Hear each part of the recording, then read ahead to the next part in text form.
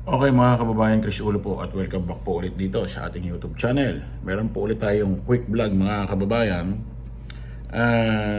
Grabe itong si VP Inday Sara Duterte mga kababayan. Itong si VP Sara, itong si alias Pusit, alias Siminit. Kasi grabe, lagi na lang involved sa kanya mga numero. Lagi na lang involved sa kanya mga pera, kung paano nilustay, kung paano ginastos. Lagi na lang ang involved sa kanya mga milyon-milyon pera. Ano yan? Ba't ganyan? Di ba ang dami, puro pera involved sa kanya eh.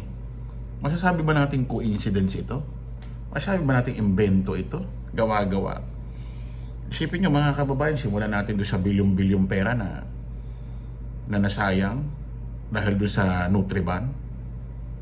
Yung ginawang pakain sa mga estudyante na kung saan hindi alam kung nagastos lahat at yung ibang nagastos hindi rin napakinabangan dahil yung mga pagkain nabulok, nagkaroon ng insekto at kung ano-ano pa.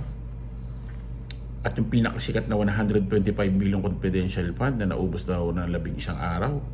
Hindi alam kung saan din paano ginastos, paano nilustay.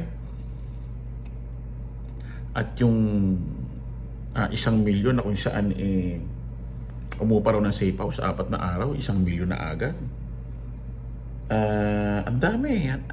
As in, ang dami. Puro pera.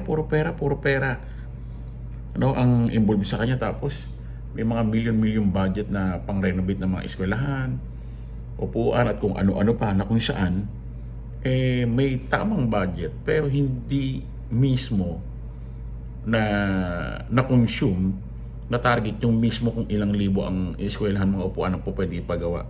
Hindi malaman saan napunta na yung pera mga kababayan. Ngayon naman, meron din naman pala nung panahon din ng COVID. Meron pa yata siya nito sa Davao. Bukod pa sa mga nakitang mga pangalan ng mga recipients ng confidential fund ni BP Sara, ay na-plug din ng COA audit report na ang Davao City ay may 672.5 million spending for COVID-19. Kita niyo yan, no?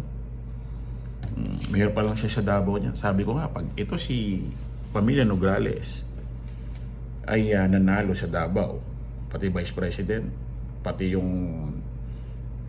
congressman ng district ng Davao, nanalo yung Migs Nograles, yung babaeng attorney, wala na nakapwesto sa kanila. Sigurado po mga kababayan, mga ka-analyst, kung ano-ano makikita, matutuklasan ng Pamilya Nograles dyan sa Davao, kung paano nila hinawakan, gumastos, paano nila ginastos ang pondo ng Davao sa ilang dekada. Good luck kapag Nograles na upo dyan.